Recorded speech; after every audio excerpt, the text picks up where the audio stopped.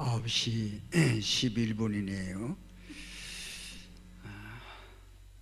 이 밤에 여러분들 만나서 반갑습니다.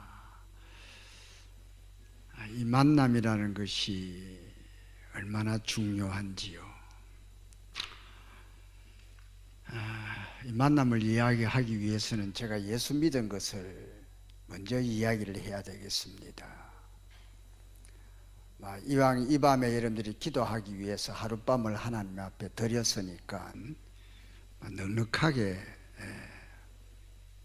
우리가 조급하지 않고 넉넉하게 우리가 함께 기도하는 마음으로 보냈으면 좋겠습니다. 저의 고향은 경남 합천입니다. 해인사. 해인사 가보신 분들 많네요. 해인사 왜 갔어요? 구경하러 갔습니까? 연불하러 갔습니까?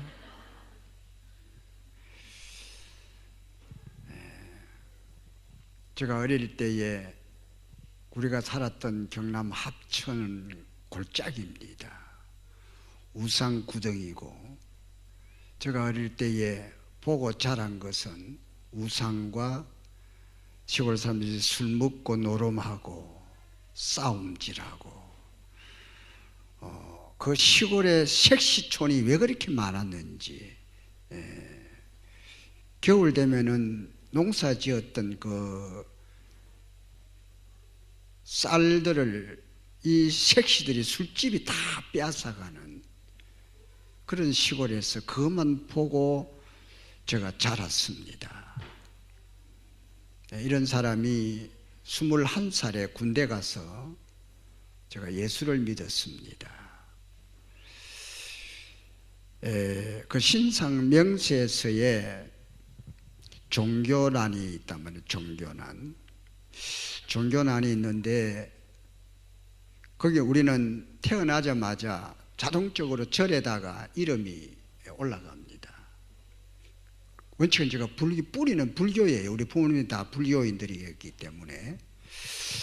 근데 불교라는, 내 종교가 불교인데 기독교라고 썼단 말이에요. 기독교가 뭔지를 전혀 모르면서 기독교. 왜 그런가 하면은 제가 군대 가기 전에 시골에 주막이 있었는데 주막에 방앗간이 있어요.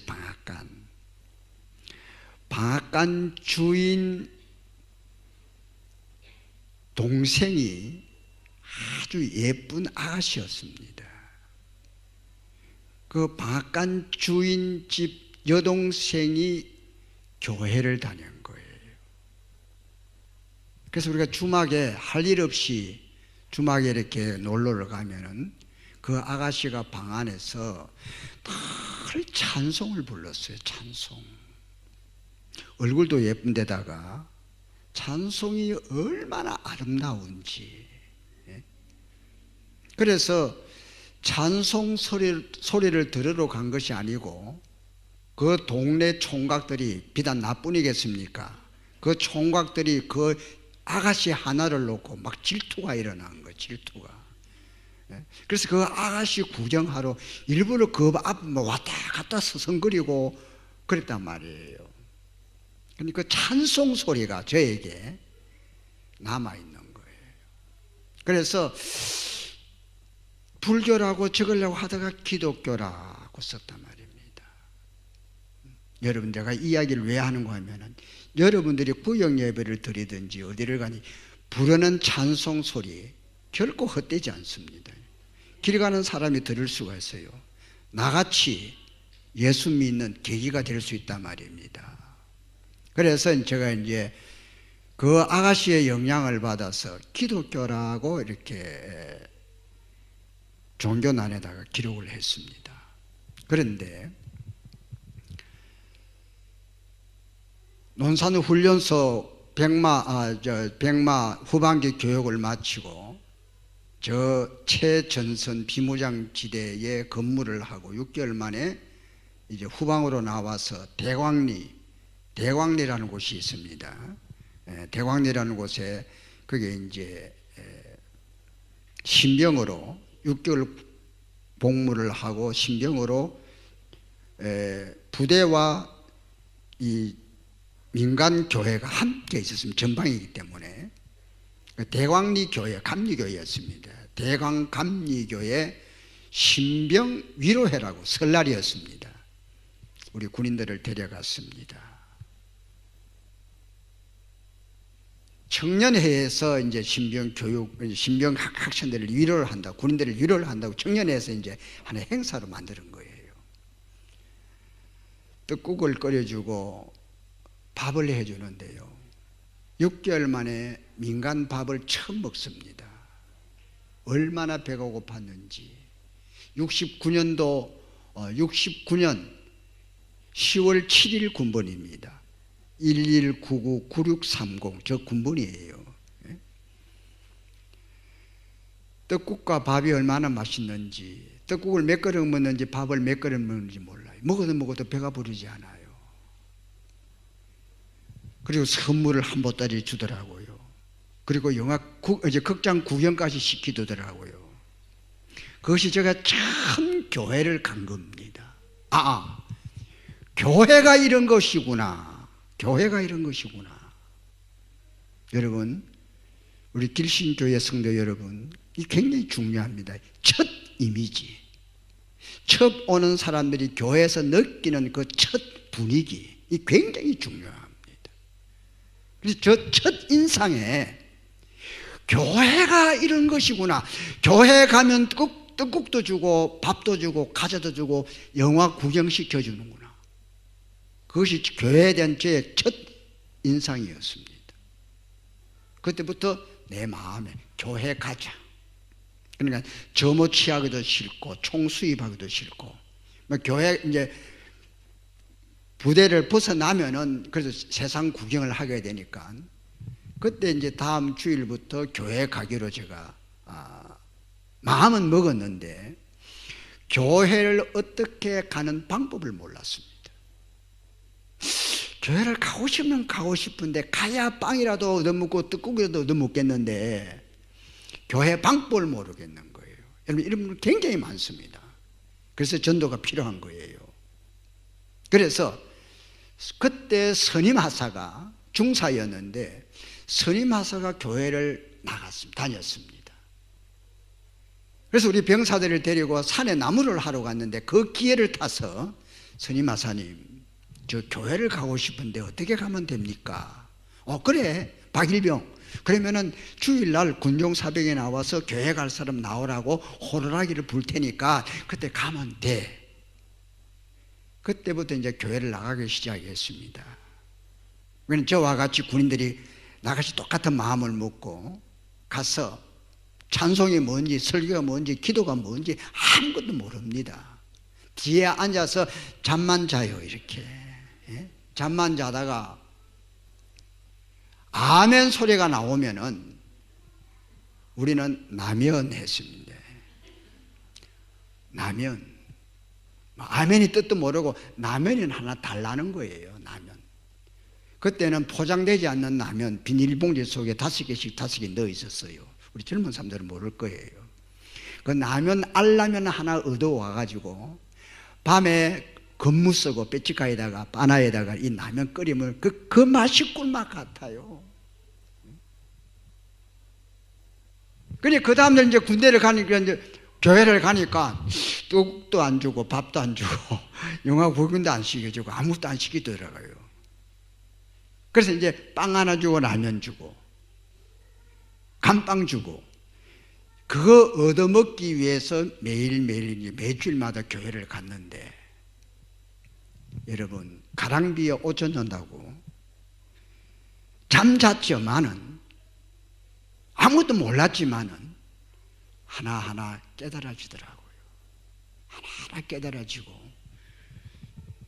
그리고 대구 경부대학교 영문과를 졸업했던 저 선배, 6개월 먼저 선배했던 그 군종사병이 제대를 하면서 그때 당시 한신 제2군 사령관 한신 장군이 이제 2군 사령관으로 와가지고 정군 신자화 운동이 아주 심하게 일어났습니다. 그때 그 군종사병이 제대를 하면서 내가 고향 사람이라고 저를 군종사병으로 중대에다가 상신을 해버렸어요. 아무것도 모르는데 첫 교회 갔는데. 군대는 무조건 하락하면 무조건 해야 돼요. 알든지 모르든지. 그래서 첫 군종사병이 되어가지고 뭘 압니까? 주기도문이 뭔지, 사도신경이 뭔지, 성경이 뭔지, 예수가 뭔지, 하나님이 있는지 없는지도 모르는 사람한테 세상에 군종사병을 시켜놨으니까 이게 어떻게 되겠습니까? 그러나 해야지요. 합동 세례식에 세례 받으려니까 세례 받았고 아무것도 모르면서 그 이야기를 한 적 끝도 없고, 그래서 제대를 하려고 할 즈음에 제가 믿음이 많이 좀 들어가가지고 신학을 해야 되겠다. 아무도 저에게 신학하라는 말도 하지 않았습니다. 예수 믿으라는 말도 하지 않았고요. 신학이 뭔지, 신학을 해야 되겠다. 그런 감동이 생겨서 제대를 하고, 제가 72년도에 제대를 했습니다. 제대를 하고 신학을 공부를 하겠다고 대구에 가서 대구 대명동 내당동 벽돌을 찍었습니다. 신학 공부하겠다고. 우리 집이 굉장히 가난했어요. 벽돌을 찍는데 휴식 시간에 벽돌 찍다가 힘들어서 잠시 옆에 있는 신문을 제가 집어들었습니다. 신문을 집어들고 보니까 광고란에 암행의사 모집이 나오더라고요. 근무처가 서울이에요. 암행의사? 이 암행의사 뭐냐? 아주 그럴듯해요. 암행의사? 근무처가 서울이라 서울 가자. 그래서 집에 가서 어머니한테 거짓말을 했습니다. 엄마, 나 서울에 취직됐어. 돈 10,000원만 빌려주세요. 야, 이놈의 자식아, 서울이 어딘데 어떻게 서울 가려고 하느냐. 취직됐다니까요. 10,000원 빌려주세요. 그러니까 어머니가 울면서 10,000원을 주시는데 그 10,000원 받아가지고 동양 고속비 2,300원, 소개비 3,000원, 나와 똑같은 이 11명의 사나이들이, 남자들이 동양 고속버스를 타고 밤에 서울 세운상가에 도착을 했습니다. 세운상가 2층 조그마한 사무실에 가니까 건장한 남자들이 기다리고 있더라고요. 두 사람씩 데려가는 거라. 지금 생각하면 아마 인생 매매 비슷하게, 내하고 두 사람이 어디로 갔는가 하면은 저 영등포 상마운수가 있어요. 상마운수 버스 회사에서 이제 제가 암행의사를 합니다. 암행의사가 뭔가 하면은 안내양 뒤에 앉아가지고 안내양 삥땅 못 먹도록 조사하는 것. 학생이 몇 명 타고 어른이 몇 명 타고 그거 조사하는 것이 암행의사야. 새벽 4시에 일어나서 12시까지. 여러분, 이래봬도 제가 암행의사 출신입니다. 47일 해서 47일. 그런데 주의를 못 지키겠는 거예요. 그래서 이사를 가고 간 곳이 어딘가 합니까? 사당동이었습니다. 사당동. 청계천 철거민들을 철거해가지고 동작동 국군묘지 뒷산에, 상도동 뒷산에, 총신대 뒷산에, 사당동 뒷산에 판자촌이 많았습니다. 언덕백에, 산빛다리에. 그러니까 제가 월세를 15,000원 주고 월세를 얻어서 갔는데 그 집 주인 아주머니가 총각 어느 교회 갑니까? 저 한목교회 아직 교회를 못 정했습니다. 그럼 우리 교회를 갑시다. 시골 촌놈이 주인 아주머니 말 들어야지요. 그래야 누룽지 하나도 얻어먹지. 그래서 그 주인 아줌마를 따라간 교회가 장로교였습니다. 고신이었습니다. 만약에 그 주인 아주머니가 천주교였다면 제가 지금 천주교인이 되었을 거예요. 아마 여러분 못 만났을 겁니다. 그 주인 아주머니 남녀 호랑계라면 제가 남녀 호랑계가 되었을 거예요. 이 만남이라는 것이 이렇게 중요합니다. 그래서 그 교회에 제가 청년으로 들어가서 2년 동안 그 주인 아저씨 따라서 고물 장사를 2년을 했습니다. 2년을 하고 2년 만에 담임 목사님한테 저의 정체를 밝혔습니다. 목사님, 제가 서울 온 것은 신학입니다. 그래서 그 목사님이 우리 교단의 신학교를 인도해 주셔서 야간 신학교를 다니기부터 시작했고요. 거기에서 제가 10년을 있었습니다. 한 교회에서 10년을 있다가 강도사 인허를 받고 인천에 가서 목회를 30년 했습니다. 제가 이 이야기를 왜 드리는가 하면은 그 교회를 통해서 우리 노성훈 집사님을 만나게 되고 가족들을 만나게 되고 노성훈 집사님의 동생, 오빠가 넷인데 막내가 여동생이었습니다. 그 여동생을 제가 빼앗아 왔어요. 그래서 이제 우리 처남이 된 겁니다. 이 인연이 이렇게 된 거예요.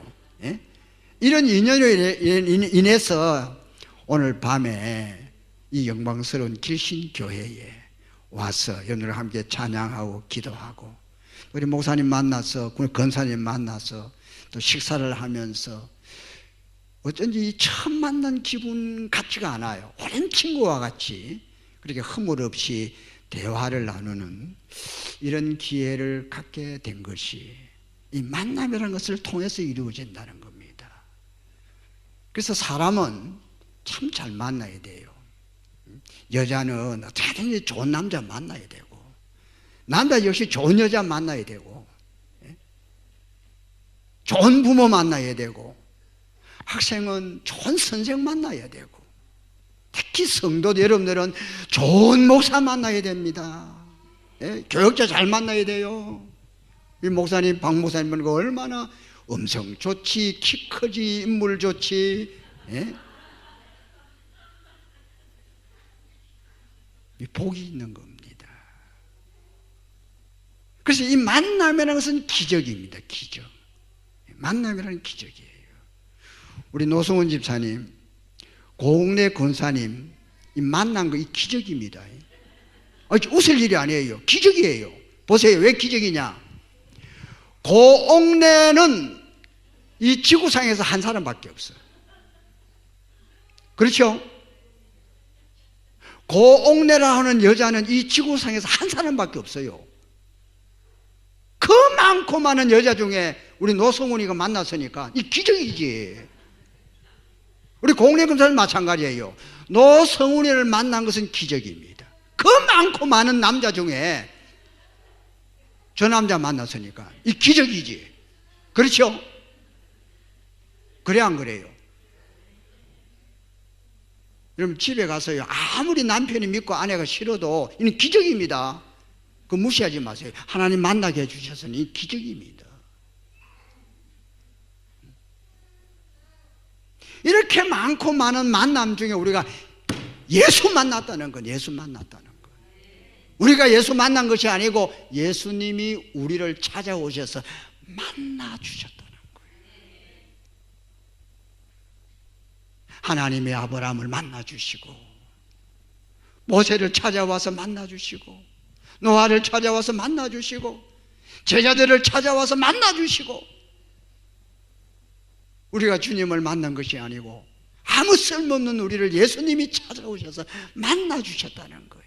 그래서 우리는 예수 그리스도 안에서 한 몸을 이루은 같이 만나서 길신교회를 섬기고 구역을 이루고 기관을 이루고 함께 찬양하고 함께 기도하고 아픈 자를 위해서 연약한 자를 위해서 함께 기도하는 거 이 뭡니까? 주님 안에서 우리가 서로 만남이 이루어졌기 때문에 이 기적입니다. 그렇죠? 기적이에요. 그래서 지금 절대 미워하지 마십시오. 하나님의 놀라운 기적이 이루어졌기 때문입니다. 너무 서론이 길었습니다. 오늘 본문 말씀해 보니 42절에 성전에 있든지 집에 있든지 예수는 그리스도라고 가르치기와 전도하기를 그치지 아니했다. 그치지 아니했다. 제가 이 말씀을 인용해서 결코 중단할 수 없는 일, 결코 우리가 포기해서는 안 되는 일, 아무리 힘들어도 아무리 어려워도 포기해서는 안 되는 일이 무언가. 본문에 다 나와 있으니까요. 일에는 먼저 해야 할 일이 있고 나중에 해도 될 일이 있습니다. 중요한 일이 있고 덜 중요한 일이 있습니다. 바쁜 일이 있고 덜 바쁜 일도 있습니다. 그러나 그 많고 많은 일 중에는 반드시 해야 할 일, 생명을 걸어야 할 일이 있습니다. 그 일이 뭡니까? 복음 전하는 일입니다. 여러분들이 잘 아시는 사도행전 20장 22절에서 24절에 있는 말씀을 보면 잘 알지 않습니까? 보라, 이제 나는 성령에 매여 예루살렘으로 가는데 거기서 내가 무슨 일을 당할는지 알지 못하겠다. 오직 성령이 각성해서 내게 증언하여 결박과 환난이 나를 기다린다 하시니 내가 달려갈 길과 주 예수께 받은 사명, 하나님의 은혜의 복음을 증거하는 이 일을 마치려 하면은 무엇도 내 생명조차 조금도 귀한 것으로 여기지 않겠다. 21장 13절에 보면 또 나옵니다. 나는 주 예수의 이름을 위하여 결박을 당할 뿐만 아니라 내가 가는 그곳에 예루살렘에서 죽을 것도 각오했다. 복음을 위해서, 하나님의 은혜의 이 복음을 전하는 이 일을 위해서 내가 죽을 것도 각오했다. 이게 우리가 해야 할 일입니다. 여러분들이 해야 할 일입니다. 교회가 해야 할 일입니다. 하나뿐인 생명조차 조금 더 귀한 것으로 여기지 아니하고 죽음을 각오하면서까지 하지 않으면 안 되는 일, 그것은 은혜의 복음을 증거하는 일입니다. 그 일이 오늘 본문 42절 예수는 그리스도라고 가르치기와 전도하기를 결코 쉬지 않겠다. 5장 18절을 보십시오. 사도들을 잡아 옥에 가두었습니다. 33절에는 5장 33절에는 사도들을 없애버리려고 계획을 세웁니다. 없애버리자, 죽여버리자. 40절에는 또 채찍질했습니다. 무엇 때문입니까? 왜 잡아가두고 왜 채찍질하고 왜 죽여 없애버리려고 했습니까? 단 한 가지, 이들이 어떤 도덕적인 죄를 지어서가 아닙니다.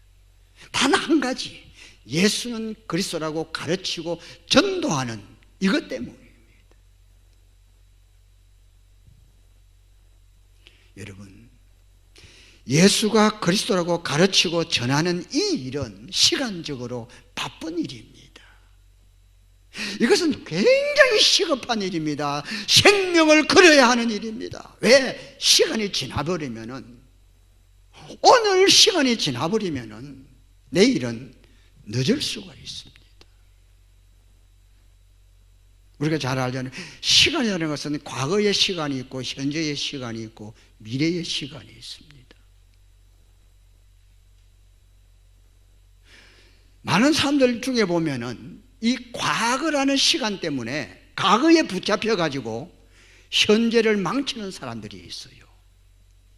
예를 들면은 과거에 내가 어떤 실패를 했다.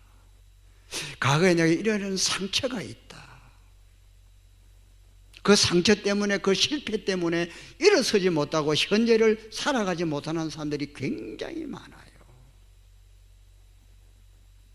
또 어떤 사람은 과거에 성공한 것 때문에 내가 과거에는 이러한 사람이었는데, 그래서 현재를 적용하지 못하는 사람이 참 많아요. 과거는 잃어버리세요.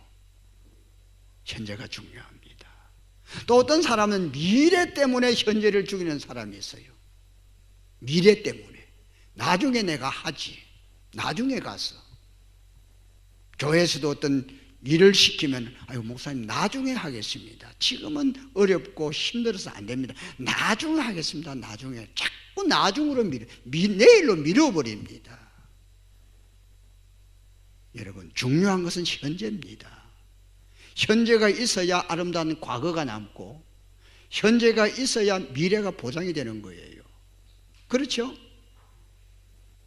제가 목회를 할 때에 여름 성경학교를 했습니다.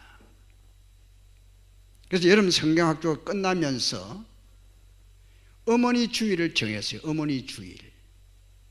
한 달 후에 몇 월 며칠 주일, 아이들이 어머니를 모시고 오는 그런 주일을 교회에서 정했단 말이에요. 7살 먹는 여자아이가 집에 가서 아버지에게, 아빠, 한 달 후에 오늘 주일날 아빠 교회 가야 돼. 우리 친구들이 다 엄마 아버지 데려오기로 약속했어. 그러니까 아버지가, 그래, 교회 가마. 이 아이는 기뻤습니다. 한 달이 지나서 약속된 주일이 되었습니다. 아빠, 교회 가야지. 아빠가 있다가 아이한테 이렇게 말합니다. 그래, 교회를 가기는 가겠는데 너 다 키워놓고 지금은 내가 교회 갈 형편이 안 돼. 너 다 키워놓고 내가 나중에 갈게. 7살 먹는 그 여자아이가 심각해졌습니다. 한참 있다가 울면서, 아빠, 아빠, 내가 다 크면은 그때는 아빠는 죽는데, 그때는 아빠는 죽는데, 늙어 죽는데.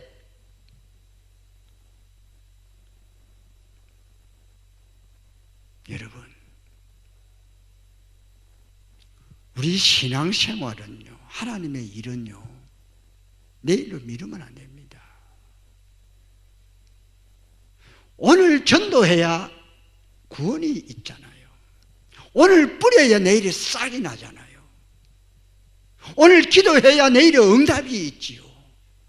우리 학생들도 마찬가지예요. 오늘 공부해야 내일의 성적이 나오잖아요. 사탄은 우리에게 달콤하게 유혹하는 것이 뭡니까? 기도하지 말라고 하지 않아요. 기도를 하되 나중에 해도 된다. 믿어도 나중에 믿어라. 일을 해도 나중에 해라.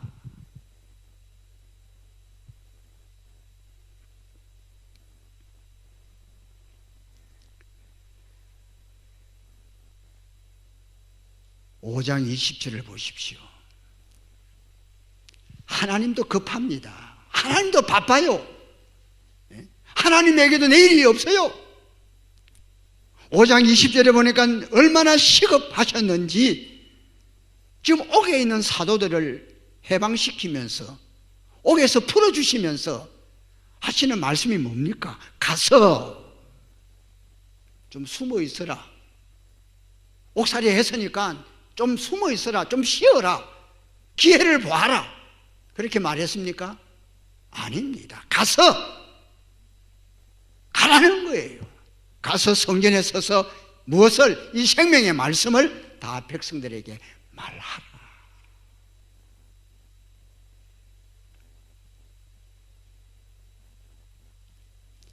하나님이 너무하시다는 생각이 들어요. 사도들이 옥에 갇히고 매맞고 죽음의 위협을 당하는 이유가 예수 그리스도를 전하고 가르쳤기 때문인데, 또 잡히고 또 옥에 들어갈 것을 하나님이 뻔히 아시면서도 또 가서 전하라. 쉬지 말고 포기하지 말고, 또 잡히더라도 또 갇히더라도 내일 죽더라도 오늘 가서 이 복음을 전하라. 이것이 하나님의 명령입니다.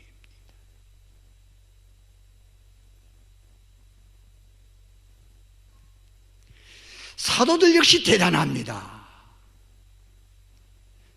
잡힐 것을 이 사도들이 알면서도, 또 감옥에 갈 것을 알면서도, 죽임을 당할 것을 알면서도 포기하지 않고 담대하게 전하고 가르쳤습니다. 21절이 그 말씀이죠.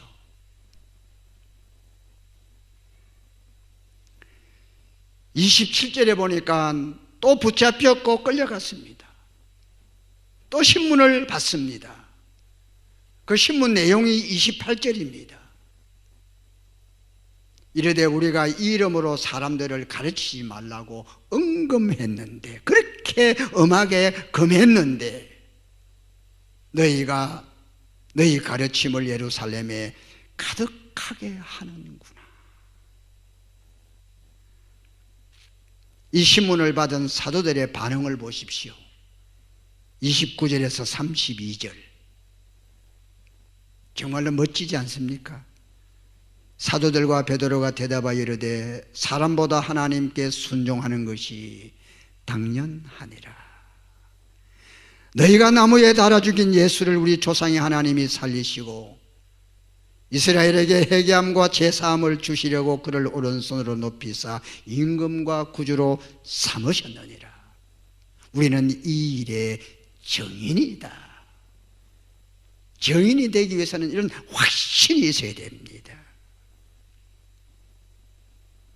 하나님이 자기에게 순종하는 사람들에게 주신 성령도 그러하니라 하더라. 순종은요, 정인의 삶을 사는 거예요. 그리고 정인은 생명을 거는 겁니다. 생명을 걸지 않은 정인이 될 수가 없습니다. 사도들의 반응을 듣고 본 이 핍박자들의 반응을 또 보십시오. 33절. 화가 날 대로 났습니다. 화가 날 대로 났습니다. 그들이 듣고 크게 노하여 사도들을 죽여 없애버리려고 했습니다. 그때 바리새인 율법 교사인 이 가말리엘의 변론으로 채찍만을 하고 풀어주었습니다. 풀어주면서 엄하게 금한 말이 40절, 예수의 이름으로 말하지 말라. 사도들은 누구의 말을 들었습니까? 오늘 본문 41절 42절. 사도들은 그 이름을 위하여 능력받는 일에 합당한 자로 여기심을 기뻐하면서 공의 앞을 떠나니라. 그들이 날마다 성전에 있든지 집에 있든지 예수는 그리스도라고 가르치기와 전도하기를 그치지 아니했다. 저는 2011년 1월에 인천에서 30년 목회하던 인천시민교회를 64세에 조기 은퇴를 하고 중국으로 건너가서 중국 교회 지도자를 양육하는 일의 신학원을 설립하여 섬겼습니다. 3년 과정, 월화수 목요일까지 매주 공부를 시키면서 3년 과정 제1기, 제2기를 그들을 데리고 한국에 와서 졸업을 시키고 제3기를 개학하는 3일째 되는 날, 그러니까 작년 2018년 6월 4일에 개학 예배를 드리고 6월 6일 오전 10시 40분 참 진리가 무엇인가를 중국말로 크게 앞에다가 이렇게 글씨를 주제를 참 진리가 무엇인가는 주제를 써놓고 강의를 하고 있는 중이었습니다. 요란한 노크 소리와 함께 공안, 중국 공안, 보위국, 공안국, 종교국, 지방경찰 11명이 들어닥쳤습니다. 뭐 문이 하나이기 때문에 도망할 구멍도 없어요. 카메라를 들이대면서 사진을 다 찍고 가방과 책과 모든 것을 다 학생들 것까지 다 압수를 하고 공안국으로 우리를 한 차에 태워서 연행을 해 갔습니다. 하루 종일 신문을 받고 저녁 때에 공안이 저를 차에 태우고 내가 사는 집으로 와서 저의 여권을 빼앗아 가버렸습니다. 마태복음 10장 17절 18절에 예수께서 하신 말씀이 생각이 났습니다. 사람들을 삼가해라. 저희가 너희를 공회에 넘겨주겠고 저희 회당에서 채찍질하리라. 또 너희가 나를 인하여 총독들과 임금 앞에 끌려가리라. 끌려가리라. 체포당하여 끌려가리라.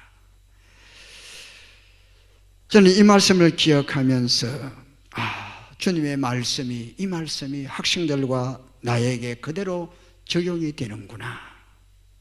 그러면서 감사했어요.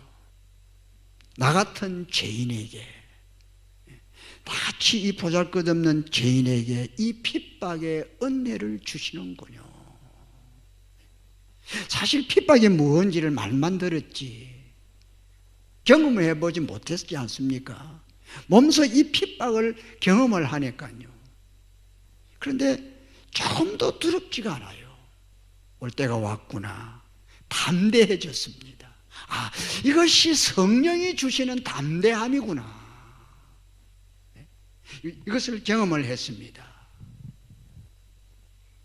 그리고 이제 늦은 저녁에 집으로 가래요.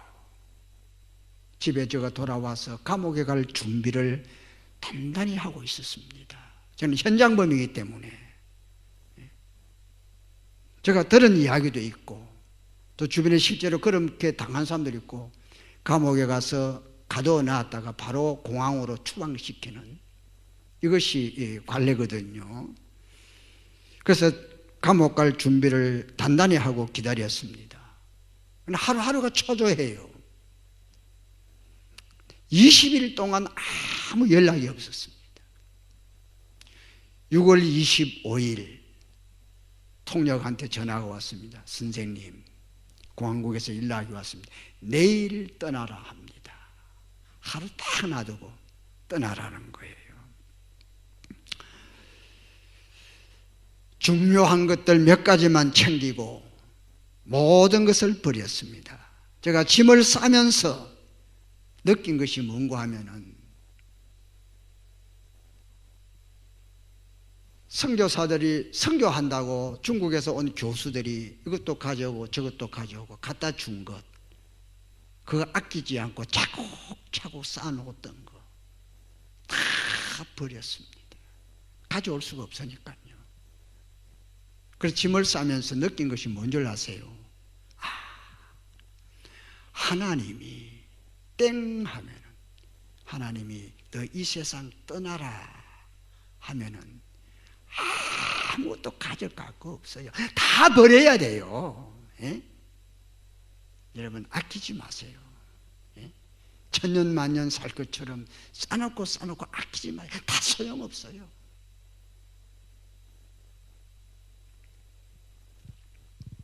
그래서 하나도 아까운 것이 없더라고요. 26일 화요일 아침 새벽부터 비가 주룩주룩 내렸어요. 작년에 봄 가뭄이 얼마나 많이 가물었습니까? 26일부터 비가 오기 시작했어요. 가방을 들고 택시를 타려고 하니까 짐이 있다고 택시가 세워주지 않더라고요. 겨우 택시를 잡아서 비를 맞고 공항에 나오니까 학생들이 먼저 나와 있더라고요. 서로 부둥켜 안고 나도 울고 학생들도 울고 하늘도 울었습니다. 그 학생들이 저를 부둥켜 안고 하는 말, 선생님 포기하지 마십시오. 그들이 오히려 나를 위로를 해요. 선생님 포기하지 마십시오. 선생님이 못 오면 우리가 갑니다. 선생님 못 오면 우리가 가면 되잖아요. 그렇게 약속을 하고 차창밖을 내려다보면서 비오는 중국 땅을 내려다보면서 저는 이렇게 기도했습니다. 하나님, 중국의 저 공산주의 붉은 용의 세력들은 복음을 반대하고 교회를 때려 부셨고 선교사들을 핍박하고 쫓아내지만은 아직도 이 땅에 남아있는 수많은 영혼들, 이 땅에서 아직도 남아있는 선교사님들 하나님 지켜주시고 이 땅에 은혜의 단비를 거두지 마십시오. 이 땅을 불쌍히 여겨 주십시오. 그렇게 기도하면서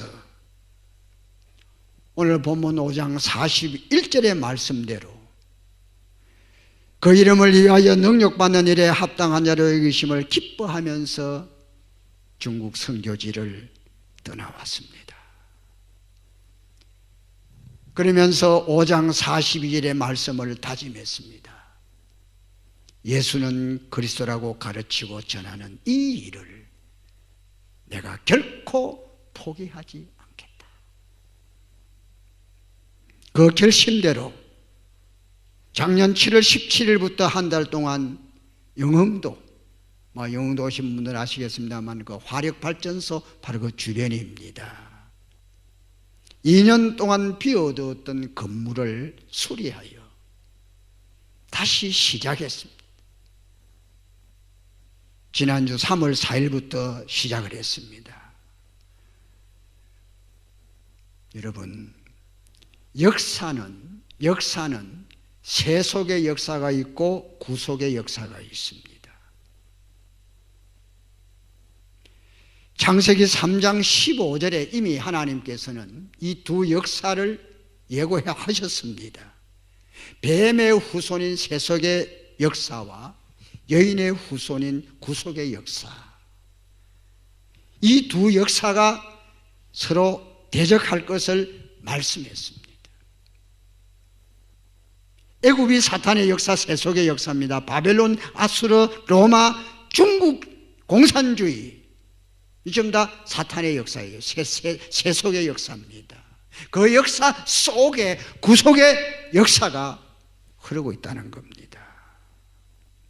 이 세속의 역사, 사탄의 역사는 구속의 역사, 이 복음의 역사를 수단과 방법 가리지 않고 어떻게 하든지 그 구속의 역사의 줄기를 끊어버리려고.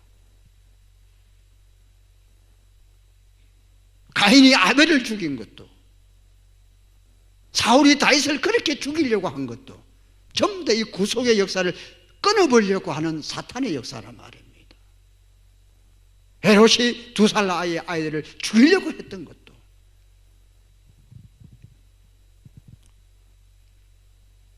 그러나 분명한 것은 아무리 세속의 역사가 강해도, 사탄의 역사가 강해도 이 구속의 역사는 끊을 수가 없다는 것, 이것이 역사가 증명을 하고 있습니다. 왜 그렇습니까? 이 구속의 역사는 하나님의 계획이고 하나님이 성취해 가시기 때문입니다. 그래서 이 길신교회는 하나님의 이 구속의 역사를 이루어 가시는 한 줄기로 사용하고 있다는 것을 여러분들이 믿으시기 바랍니다.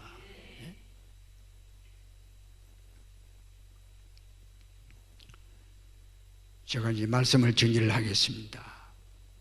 우리가 교회가 이 땅에 세워진 이 교회는 아무리 힘들어도, 아무리 어려워도 결코 포기해서는 안 되는 일이 뭐냐? 복음 전하는 거라는 거예요. 이거 하지 않으면 교회 존재 목적 가치가 없어지는 겁니다. 이 최대의 명령이에요. 복음을 위해서 생명을 걸어라는 거예요. 망설이지 말라는 거예요. 예수 믿는 목적이 뭐예요? 예수 믿는 목적이, 우리 형제 오늘 찬양을 참 잘하던데 나는 막 찬양 잘하는 게 제일 부러워요. 찬양 잘하는 게 제일 부러워요. 예수 언제 믿었어요? 초등학교 때. 나는 군대에서 믿었는데 참 일찍 믿는 참 복이야. 예수 믿는 목적이 뭐예요? 복음 전하는 거. 오늘 지금 복음을 강조하니까 그렇게 말하는 거 아니야? 예수 믿는 목적은 대부분 물어보니까 저 집회를 다니면서 많은 질문을 하는데, 예수 믿는 목적이 뭐냐? 천국 가는 거. 맞아요, 틀려요? 맞아요. 예수 믿으면 제사함 받고 구원받아 하나님의 자녀가 돼서 천국 가는 거잖아요. 맞아요.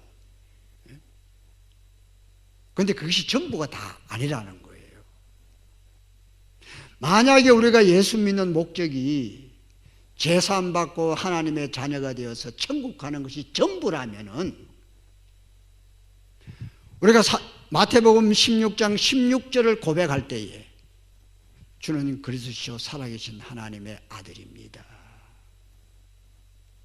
그 말씀을, 그 신앙을 고백할 때에 됐다, 천국 가자, 그랬을 거예요. 그렇죠? 그러면 형제가 어릴 때 예수 믿었다면 어릴 때에 믿는 그 순간에 천국 데려갔을 거야. 그렇죠? 지금 몇 살이에요? 36, 38. 아이도 많이 더 살았네. 네. 자, 8살 때, 어릴 때 8살 때 예수 믿었다. 그럼 30년 더 살았잖아요. 이 지긋지긋한 세상에 왜 30년, 8살 때 데려가지 왜 30년 동안 더 살게 하셨느냐는 거예요. 여러분, 이게 굉장히 중요한 겁니다. 하나님께서는 우리를 영생을 주시고 하나님의 자녀가 되게 하셨지만, 믿음을 통해서 이 세상에 얼마 동안 살게 남겨두신 것은 할 일이 있기 때문에, 우리 성도를 통해서, 교회를 통해서, 믿는 자들을 통해서 할 일을 하게 하시는 거예요. 그래야 상급이 있는 거예요. 구원과 상급은 달라요. 물론 근본적인 상급은 영생이지만은, 영생 얻은 자가 이 땅에서 할 일을 하고 가는 거예요. 재능을 주시고 시간을 주시고. 그렇죠? 그러면 어떤 분은 그렇게 말해요. 아니, 그러면 목사님, 예수님을 위해 33살밖에 못 살아서요, 좀 더 사실지. 그럼 예수님 왜 33살밖에 못 살았어요? 예수님이 이 땅에 오신 목적은 구속의 구속, 대속, 자기 백성들의 죄를 사해 주시는 거예요. 그러니까 예수님이 할 일은 다 하셨어요. 요한복음 19장 30절에 뭐라고 그랬어요? 내가 다 이루었다. 하나님이 하라고 하신 일을 다 이루신 거예요. 그럼 더 이 세상에 있을 필요가 없는 거야. 그렇죠? 어떤 권사님이, 그 담임 목사가 임종 예배를 몇 분 드린 거야. 임종 예배를 돌아가실 것 같아서 임종 예배를 드려나니까 또 살아나고 또 살아나고. 그래서 담임 목사님, 이상하다. 그래서 물었어요. 아무래도 이 권사님이 무슨 한이 있는 것 같다. 그러니까 큰아들이 미국에 있다는, 큰아들이. 그러면 그렇지, 빨리 전화해라. 큰아들이 온 거예요. 권사님이 큰아들의 손을 잡고 첫 마디 하는 말이, 얘야, 너 예수 잘 믿지? 너 예수 잘 믿지? 큰아들이 하는 말이 고개를 푹 숙이고, 어머니 이민생활이 너무 힘들었어. 이민생활이 너무 힘들어서 신앙생활을 잘 못했습니다. 그러니까 어머니가 뒤로 돌아 누우면서 너는 내 아들이 아니다.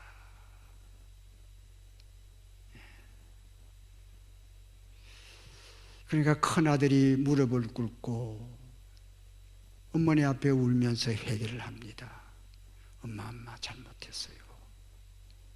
이제는 내가 어떤 어려움이 있어도 신앙생활을 잘 하겠습니다.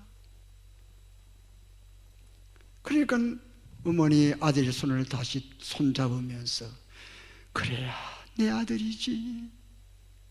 그래야 내 아들이지. 그렇게 아들을 해결시키고 얼마 있어서 편안히 숨을 거두더라는 거예요. 여러분, 할 일이 있으면 하나님이 안 불려가셔요.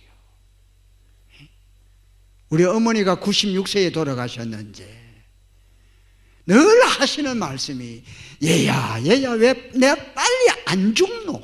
왜 하나님 날 안 데려가시노? 그러면서 머리맡에 약은 다 갖다 놓은 거야. 약은 무슨 야야 내가 오늘 보건소에 가니까 뭐 혈압이 있단다, 뭐 당뇨가 있단다. 그러니까 죽고 싶다는 게 처음부터 거짓말이에요. 거짓말. 그래서 제가 엄마한테 한 말이 할 일이, 엄마가 그래도 할 일이 있어요. 내가 무슨 할 일이 있노? 이 아들, 저 선교지에 있는 아들 기도하라고. 그 엄마가 할 일이야. 그래, 그거는 늘 한다. 그래, 그게 할 일이에요. 기도가 얼마나 큰 일입니까?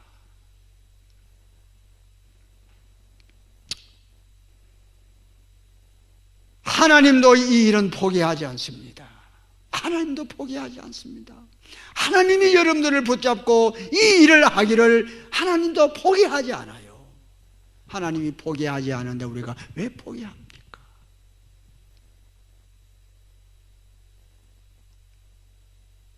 우리의 남은 생에 여러분들이 손잡고 기도하며 힘을 합쳐서 해야 할 일이 뭡니까? 예수는 그리스도 가르치고 전하는 일. 우리 박 목사님을 통해서 잘 가르침을 받으시고 열심히 배우세요. 가르쳐서 배움을 받아서 그 배운 말씀을 능력 있게 전하는, 쉬지 않고 배우고 쉬지 않고 가르치는, 이것이 살아있는 교회, 하나님의 역사는 교회인 것을 믿으시고 이 사명 잘 감당하시고 하나님 앞에 복되게 서는 여러분들이 다 되시기를 주의 이름으로 축원합니다.